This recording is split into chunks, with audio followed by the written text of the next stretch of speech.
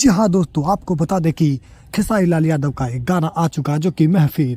तो आप लोग क्या इस सॉन्ग को कैसा लगता है, आप लोग एक बार ज़रूर देखिए। और क्या जिस तरह से पिछले बार विवाद होता आ रहा है उस तरह से इस सॉन्ग का भी क्या खेसारी लाल का विवाद हो सकता है।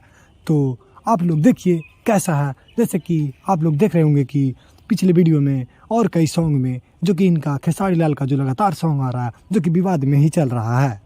तो आप लोग जो कि इस सॉन्ग का आज रिलीज ही होने वाला है महफिल, जो कि हिंदी सॉन्ग है और काफ़ी ज़्यादा देखने में तो पोस्टर अच्छा लग रहा है और इसका सॉन्ग भी है वो भी अच्छा शायद आप लोग को लगेगा। तो आप लोग इस सॉन्ग को एक बार ज़रूर देखें और ज़्यादा शेयर करें ताकि खेसारी भाई का गाना ट्रेंडिंग में जा सके।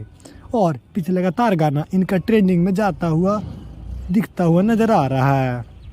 तो आप लोग इसी तरह से इनका सॉन्ग को देखिए और अच्छा लगे तो प्यार दुलार दीजिए।